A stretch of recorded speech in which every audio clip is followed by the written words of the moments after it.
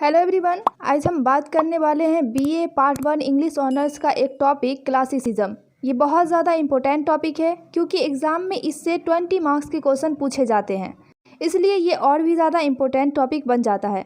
इस टॉपिक को हम ईजी से ईजी लैंग्वेज में समझने की कोशिश करेंगे, जिससे आपको नोट्स की भी ज़रूरत ना पड़े, पर फिर भी इस एक्सप्लेनेशन के साथ साथ ईजी नोट्स भी है जिसे आप एग्ज़ाम में ईजिली लिख पाएंगे।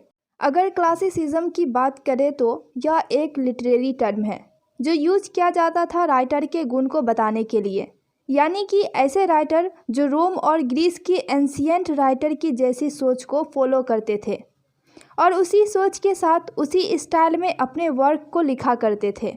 मतलब कि एंशिएंट टाइम में रोम और ग्रीस के राइटर ने जिस सोच के साथ अपने वर्क लिखे थे, जिसे क्लासिकल लिटरेचर कहा जाता है, वही सोच को 17वीं सेंचुरी के राइटर ने अपने वर्क में दिखाने की कोशिश करने लगे थे, यानी कि इमिटेट करने लगे थे।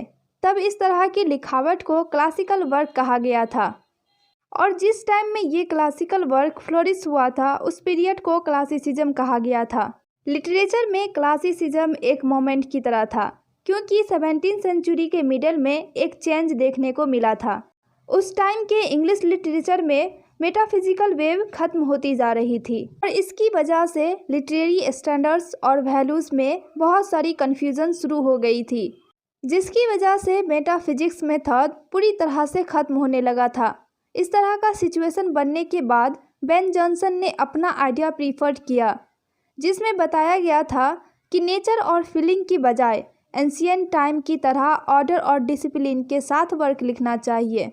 क्लासिकल वर्क में sense of form, sense of ability, self control, proportion, balance जैसी चीज़ों को पूरी तरह से ध्यान में रखकर वर्क लिखा जाता था, यानी कि क्लासिकल वर्क में जो कुछ भी लिखा जाएगा वो पूरा सच होना चाहिए और पूरे रूल्स और रेगुलेशन के साथ लिखी होनी चाहिए। इमोशन और इमेजिनेशन जैसी कोई भी चीज़ क्लासिकल वर्क में या क्लासिसिज्म में नहीं लिखा जाता था। जो भी लिखा जाता था पूरी रियलिटी, पूरी सच्चाई के साथ लिखा जाता था। इन सभी बातों को ध्यान में रखकर हीरोइक कपलेट को भी यूज किया जाता था। क्लासिसिज्म 17वीं सेंचुरी में शुरू हो गया था और फिर 20वीं सेंचुरी तक चला था। उस टाइम में रेनेसा और इनलाइटमेंट एज भी चल रहा था, जिसकी वजह से क्लासिसिज्म इस एज में बहुत फ्लोरिश किया, जो ग्रीस और रोम के एंशिएंट टाइम के आर्ट और कल्चर को डिस्क्राइब करने के लिए किया गया था। 20वीं सेंचुरी तक क्लासिसिज्म की वजह से हमारे लिटरेचर को बहुत अच्छे कंटेंट मिल चुके थे। क्लासिसिज्म को हम लिटरेरी क्लासिसिज्म भी कह सकते हैं, क्योंकि उस टाइम में राइटर के अलावा पेंटर, म्यूज़िक और आर्ट में भी क्लासिसिज्म को यूज किया जा रहा था, यानी कि ग्रीस और रोम के एंशिएंट आर्ट और कल्चर को यूज किया जा रहा था। क्लासिसिज्म में क्लासिकल वर्क के कैरेक्टरिस्टिक को फ्लरिश करने में जॉन ड्राइडन और जॉन लॉक जैसे राइटर का बहुत बड़ा योगदान था। आज की वीडियो में बस इतना ही। इस नोट्स के अलावा क्लासिसिज्म पर सिर्फ नोट्स के भी वीडियो बने हुए हैं, जिनका लिंक डिस्क्रिप्शन में दिया हुआ है, आप वहां से चेक कर सकते हैं।